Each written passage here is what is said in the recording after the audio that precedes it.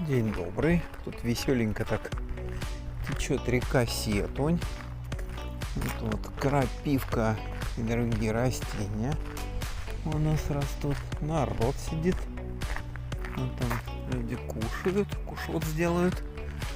Здесь вот молодежь сидит, жизни радуется. Ну а тут я такой веселенький иду.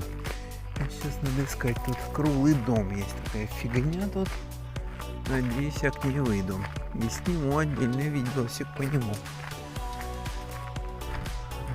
Сентябрь жаркий. Помню, в 9 классе такой же был сентябрь. И мы катались на канал купаться.